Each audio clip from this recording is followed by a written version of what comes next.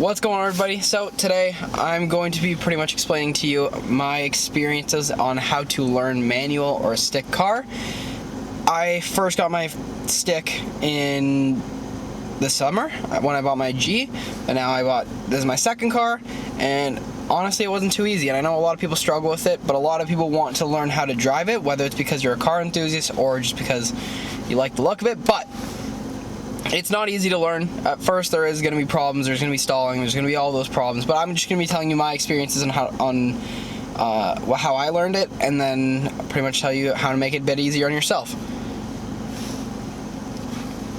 So, my first time driving stick, I believe I drove my dad's 2010 Chevy Cruze, and it didn't go too well. Could barely get the car started. The few times I did, it was jumpy, it was jittery, it was grinding, it was all that. So that was pretty much my first ever experience in it, and it didn't go well. We went for about 2 hours.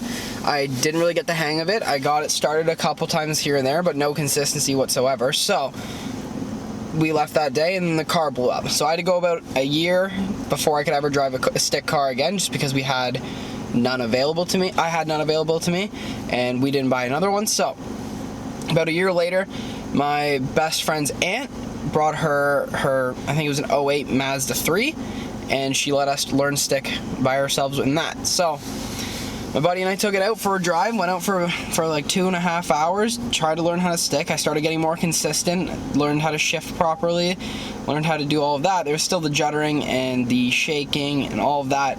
So it does take a while to learn. There's going to be problems when you first start off, and that's expected while learning how to drive stick.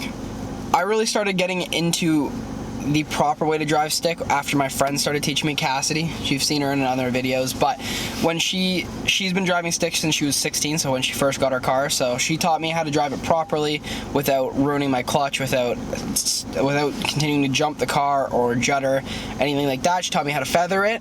She taught me how all of that. So now after that, it's just practice. After learning how to do it smoothly, it is just completely up to practice. Practice makes perfect. I know it sounds cheesy, but it's true. So it's extremely common to stall the car. It'll happen to everyone. It still happens to people that have been driving stick for 12 years, whether it be an accident or what. It will happen. It shouldn't deter you from driving stick. It's a common thing, especially when you're learning how to drive it. Maybe you don't give it enough gas, it'll stall out. So don't worry about that. It happens.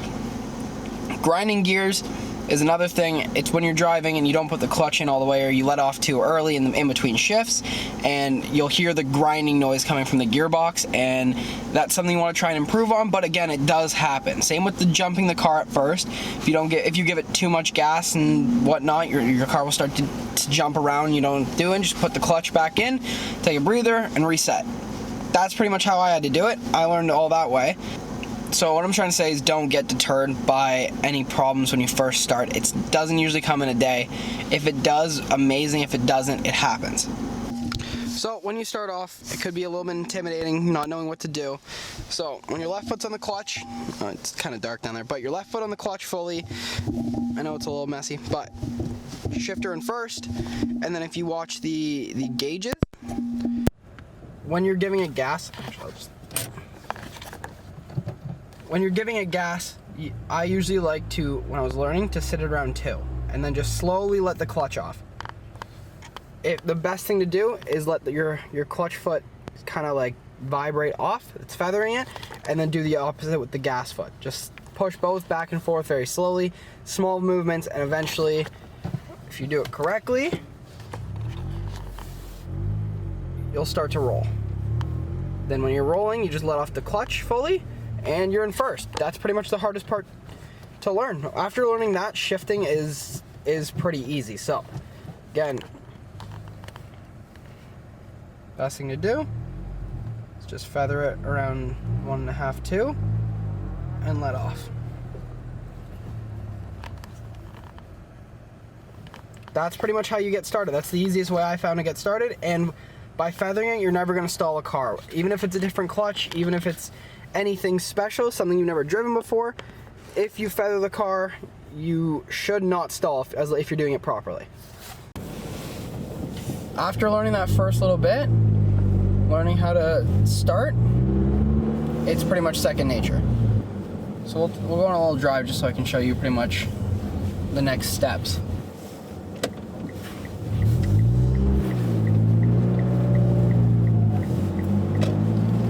So while you're driving, shifting's the easiest part. You just clutch in, shift, and back on. So when you put the clutch in, take your foot off the gas, and then let off the clutch when you're in gear. It's very simple. That shifting's pretty much the easiest part. Getting into first and actually starting rolling is usually the hardest, but sometimes people just like to know the rest of it.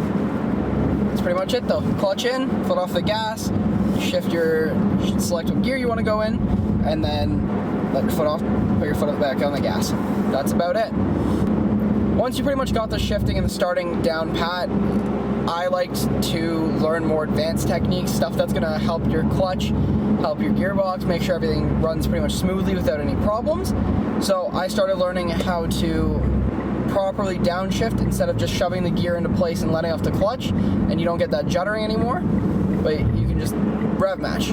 So when you're coming down to a stop, put your clutch in, put the gear one gear lower, flip the gas, and then you're off. It's smoother. It saves all the clutch components. It's just much smoother and much better than just letting off and hoping for the best. Pretty much after you learn how to rev match when you downshift, next thing I wanted to learn was heel toe, just because it's more fun and it's easier to come up to stops like that. So it's while your foot's on the brake, you put your clutch in, and then you tap the gas with the bottom of your foot. I like to use the side. It's a little bit easier for me, but you pretty much just touch the gas, and it's the same thing as rev matching, just you also are on the brake at the same time. It makes it easier. There's no stop, start, stop, off brake, on brake, that type of deal. And then that's pretty much it. It makes it smoother. It's usually for racing, I believe, but I like to use it day to day. It just makes life easier. And that's pretty much all there is to it for heel toe. So you foot on the brake, clutch in, tap the gas. That's about it. Next technique after that I wanted to learn was double clutching. You always hear in the movies, especially that line from the first Fast and Furious. Dom says not granny shift or granny shifting, not double clutching like you should. But double clutching in reality doesn't actually do anything for you if your car's older than like 1970. Once synchros were added to the gearbox, you never really needed it because double clutching was initially to make sure all the plates were in line and at the same speed, so there was no grinding and no harsh shifting. But I still like to learn it because I feel like it is smoother, especially if you want to downshift 2 or 3 gears. I definitely would recommend it. Again, it's smoother, it's better for your car, and that's about it. Those are the only 3 techniques that I would consider, you should consider really learning. I might put videos up on the channel later teaching you how to do it properly, how I learned how to do it, and it might just make it easier for you guys, but that's pretty much the basics to the actual clutch techniques.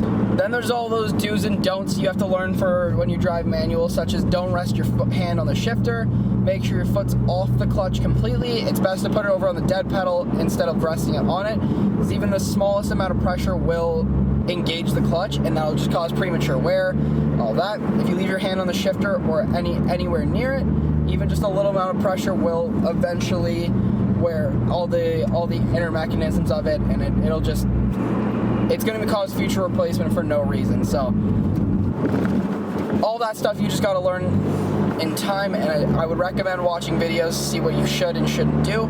That's pretty much the 2 main ones that I know right off the top of my head. I know driving manual can be intimidating. I've had a couple bad experiences with it. One of the first couple weeks I was learning how to drive my G37, which was my first manual car. I was still pretty new to it. In the first couple weeks we have a hill around my town that's pretty steep, and that's always scary. For driving manual, for your first time when you're learning, it's scary learning on a hill, especially when the hill is extremely steep and there's someone less than a foot behind your bumper. At that point, I started panicking and I didn't know what to do. Once you take a second to calm down, you realize there are techniques to prevent anything bad happening. So what I decided to do, I pulled the e-brake up, waited for the light to go green, and when it did, I started trying to roll, and once I felt the car lurching forward, I dropped the e-brake and off I went. That's probably the safest bet if you're really not confident that you can get up the hill without crashing to someone behind you or any problems around that.